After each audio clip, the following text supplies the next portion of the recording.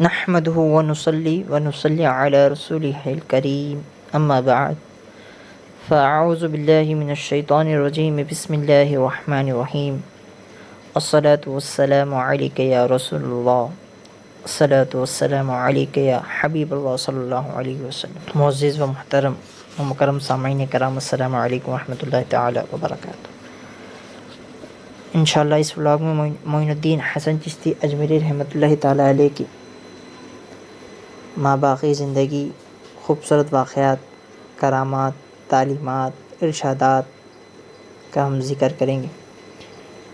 گزشتہ ماضی کی ویڈیو میں آپ نے دیکھا تھا کس طرح سے آپ نے اپنے پیر و مرشد کے ہاتھ پہ اقتداب فیض حاصل کیا، کس طرح سے پیر و مرشد کی صحبت اختیار کی، کس طرح سے حضور غوث اعظم شاہین شاہ بغداد کی بارگاہ میں اقتداب فیض حاصل کیا۔ حضور معین الدین اجمیری رحمۃ اللہ تعالی علیہ نے 2 مرتبہ حج بیت اللہ کا سفر کیا، ایک مرتبہ اپنے پیر و مرشد کے ساتھ اور ایک مرتبہ تنہا۔ جب پیر و مرشد کے ساتھ حج بیت اللہ پر جاتے ہیں تو پیر و مرشد معین الدین اجمیری رحمۃ اللہ تعالی علیہ کا ہاتھ پکڑ کر خانہ کعبہ کے سامنے اللہ تعالیٰ کے سپرد کیا اور فرمایا، رب کریم کی رحمت کامل جوش میں آئی اور غیب سے آواز آتی ہے، ہم نے معین الدین کو قبول کیا۔ سبحان اللہ۔ دیکھیے عثمان ہارونی رحمۃ اللہ تعالی علیہ معین الدین اجمیری رحمۃ اللہ تعالی علیہ ہاتھ پکڑ کر خانہ کعبہ کے سامنے کیا کہتے ہیں کہ یا اللہ، میں نے معین الدین کو تیرے دین کے لیے سپرد کیا، تیرے دین کے لیے قربان کیا، تیرے دین کے حوالے کیا۔ تو جواباً کیا آتا ہے کہ ہم نے معین الدین اجمیری کو قبول کیا۔ سبحان اللہ۔ اسی طرح جب حاجیوں آؤ شہنشاہ کا روضہ دیکھو، کعبہ تو دیکھ چکے کعبے کا کعبہ دیکھو، آقا کی مبارک بارگاہ میں حاضری ہوتی ہے تو معین الدین اجمیری رحمۃ اللہ تعالی علیہ کو آپ کے پیر و مرشد کہتے ہیں کہ آقا کی بارگاہ میں نذرانے سلام پیش کرو۔ معین الدین جو ہی نذرانے سلام معین الدین اجمیری پیش کرتے ہیں تو جواب کیا آتا ہے؟ سبحان اللہ۔ آقا کی مبارک بارگاہ سے جواب آ رہا ہے کہ وعلیکم السلام یا خطب المشائق البر والبحر۔ سبحان اللہ، سبحان۔ آقا کی بارگاہ سے جواب آ رہا ہے تو دیکھیے کیا شان معین الدین ہے۔ یہ سن کر حضرت خواجہ عثمان ہارونی رحمۃ اللہ تعالی علیہ کیا فرماتے ہیں کہ اے معین الدین، اب تم درجہ کمال کو پہنچ گئے ہو، تم کو مبارک ہو۔ اب تم درجہ کمال کو پہنچ گئے ہو، تم کو مبارک ہو۔ بہرحال سبحان اللہ، سبحان اللہ۔ دیکھیے کیسا اللہ کریم کی بارگاہ میں اور رسول پاک کی بارگاہ میں معین الدین اجمیری کا مقام ہے، کیسی ان کی نسبت ہے، وابستگی ہے، رشتہ ہے خداوند قدوس کی بارگاہ میں۔ بہرحال اس کے علاوہ حضور معین الدین اجمیری رحمۃ اللہ علیہ تعالی علیہ نے سن 583 میں مکہ معظمہ پہنچے۔ ایک دن حرم کعبہ میں عبادت میں آپ مشغول تھے کہ غیب سے آواز آئی، اے معین الدین، ہم تجھ سے خوش ہے اور ہم نے تجھ کو بخش دیا، جو کچھ چاہے ہم سے مانگ لے ہم عطا کر دیں گے۔ اللہ کی بارگاہ سے آوازیں آ رہی ہیں۔ ناظرین، سامعین، سوچنے کی بات ہے، اللہ کی بارگاہ سے مبارک آوازیں آ رہی ہیں۔ تو دیکھیے معین الدین اجمیری کیسے غریب نواز ہے، کیسے غریب نواز ہے۔ سبحان اللہ۔ اللہ والے ہوتے ہیں، ایسے ہوتے ہیں جو اپنے لیے کچھ نہیں، اپنے گھر والوں کے لیے بھی کچھ نہیں، اپنی ذات کے لیے بھی کچھ نہیں، مانگتے ہیں تو اپنے مریدوں کے لیے مانگتے ہیں تو بندوں کے لیے مانگتے ہیں تو اپنے متقدینوں کے لیے مانگتے ہیں۔ تو معین الدین اجمیری کیا فرماتے؟ یا خداوند قدوس، معین الدین کے مریدین سلسلے کو بخش دے، گویا کہ میرے سلسلے میں جتنے بھی لوگ مرید ہوں گے ان ساروں کو بخش دے۔ جواباً ارشاد ہوتا ہے، اے معین الدین، تو ہمارا ملک ہے، جو تیرے مرید اور تیرے سلسلے میں تا قیامت مرید ہوں گے ان سب کو ہم بخش دیں گے۔ معین الارواح کتاب ہے، صفحہ 78 پہ بات لکھی ہے، اگر کوئی حوالہ چاہتے تو حوالہ بھی دیتا ہوں۔ الحمدللہ۔ سبحان اللہ۔ دیکھیے کیسے جو اللہ پاک کی بارگاہ میں ہے اور اس سے حسین منظر آئیے اب دیکھتے ہیں۔ کافی حسین منظر ہے، آپ نے کافی لوگوں سے سنا ہے کہ معین الدین اب تک معین الدین تھے، لیکن اس واقعے کے بعد اس کرامت کے بعد یا پھر کہوں اس نظر کے بعد، اس فیض کے بعد اب معین الدین نہیں بلکہ معین الدین چشتی ہو گئے۔ کیا کرامت و فیض ہے، وہ کیا واقعہ ہے دیکھیے۔ مکہ المکرمہ میں حاضری کے بعد آپ رسول اللہ کی بارگاہ میں حاضر ہوتے ہیں۔ بقول بعض لوگ آپ مسجد قباء میں آپ طویل قیام فرمائے، اور کچھ کہتے ہیں کہ آپ مسجد نبوی میں قیام پذیر ہوئے تھے۔ بہرحال ایک روز آپ کو دربار رسالت سے بشارت ہوتی ہے۔ کیا ہوتی ہے کہ اے معین الدین، تو میرے دین کا معین ہے۔ معین کے معنی ہوتے ہیں مددگار کے، معین کے معنی مددگار کے ہوتے ہیں۔ میں نے ولایت ہندوستان تجھ کو عطا کی، وہاں جو کفر و شرک کی تاریکی پھیلی ہوئی ہے، تمہارے قدم سے وہ ساری دور ہونے والی ہے اور اسلام پھیلنے والا ہے۔ یہ بشارت کوئی اور نہیں بلکہ دو عالم کے مختار خسرو قباء سیاح لامکان نازل شہر دو جہاں صلی اللہ علیہ وسلم کی بارگاہ سے آ رہی۔ سبحان اللہ سبحان اللہ۔ سیر الاقطاب میں یہ واقعہ طویل کچھ اس طرح سے ہے کہ ایک دفعہ معین الدین اجمیری رحمۃ اللہ تعالیٰ علیہ مدینہ پاک کے مقدس سرزمین پر موجود تھے۔ سرکار اقدس صلی اللہ علیہ وسلم پر حاضری دے کر مسجد نبوی میں مراقبے میں بیٹھے تھے۔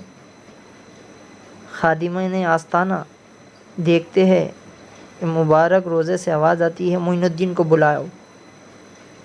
خادمین آستانہ زائرین کو دیکھ کر عاشقان مصطفیٰ کریم صلی اللہ علیہ وسلم سے مخاطب ہو کر کہتے ہیں کہ معین الدین کون ہے؟ رسول پاک نے عرض کیا ہے کہ معین الدین کو بلاؤ۔ رسول پاک صاحب الاولاق صلی اللہ علیہ وسلم نے کہا ہے کہ معین الدین اجمیری کو بلاؤ۔ معین الدین کون ہے؟ بہرحال کافی معین الدین وہاں پر موجود ہوتے۔ اس وقت خادمان آستانہ دوبارہ رسول پاک کی مبارک بارگاہ میں حاضر ہوتے اور کہتے ہیں کہ حضور معین الدین تو کافی ہے، کس معین الدین کو بلائے؟ حاضرین ناظرین یہاں پر اپنے آنکھ، جسم، ذہن، دل ساروں کو جو ہے کان کے مثل بنا لیں۔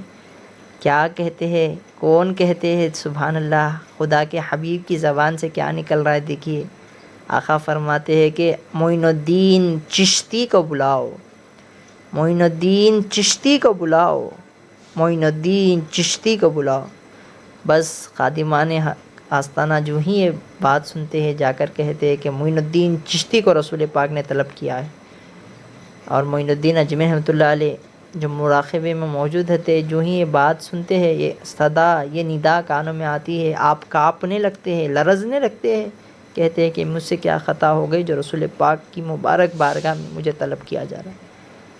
آپ کے اوپر خشیت طاری ہو جاتی ہے، آپ کانپنے لگتے ہیں۔ بہرحال معین الدین اجمیری رحمۃ اللہ تعالیٰ علیہ دربار مصطفیٰ میں حاضر ہوتے ہیں۔ سبحان اللہ، کیا حسین منظر ہوگا۔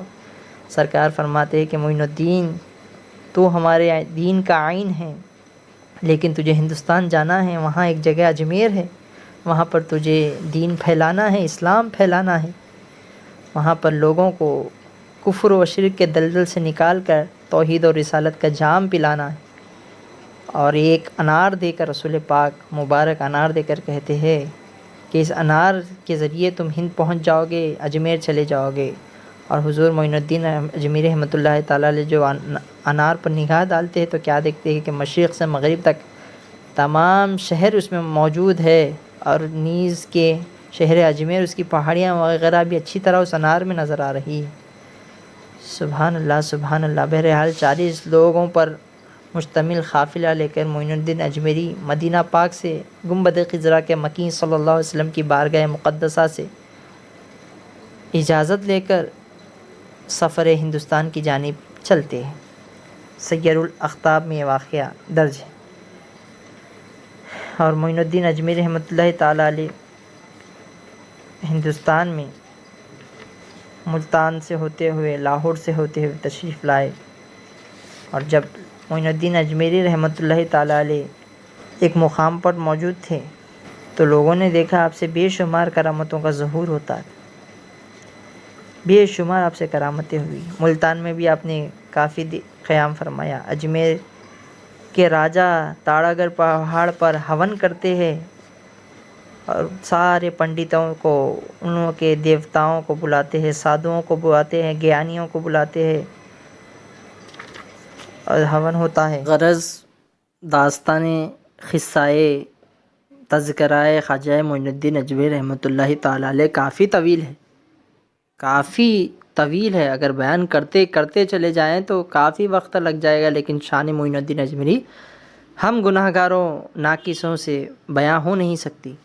تو لہٰذا سرسری طور پر میں یہی کہتا ہوں کہ حضرت خواجہ معین الدین اجمیری رحمۃ اللہ تعالیٰ علیہ کی شخصیت کا وہ لوگ اندازہ لگا لیتے ہیں گیان کر پاٹ و پوجا کر پتہ لگا لیتے ہیں، اور تصویر کشوں سے یعنی جو تصویریں اتارتے ہیں ان لوگوں کے ذریعے خواجہ معین الدین اجمیری رحمۃ اللہ تعالیٰ کی پینٹنگ بھی وہ اتار لیتے ہیں۔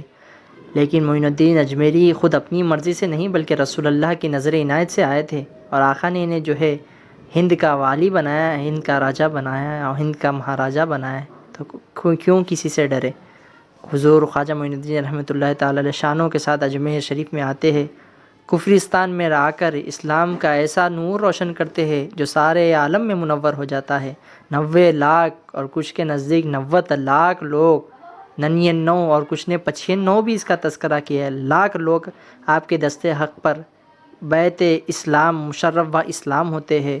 کئی لوگ انا ساگر کی ایک کرامت پر 10,000 پنڈت بیک وقت جو ہے مسلمان ہوتے ہیں۔ اسی طرح سے آپ نے بے شمار کرامتیں کی ہیں جن کا ہم تذکرہ کرتے چلے جائیں تو کافی وقت لگ جائے گا۔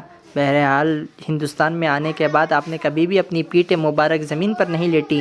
5 لقموں سے آپ افطار کرتے تھے، 5 لقموں سے آپ سحر کرتے تھے، اسی طرح آپ روزانہ روزہ رکھا کرتے تھے، 1 یا پھر 2 مکمل قرآن مجید ایک دن میں ختم کیا کرتے تھے۔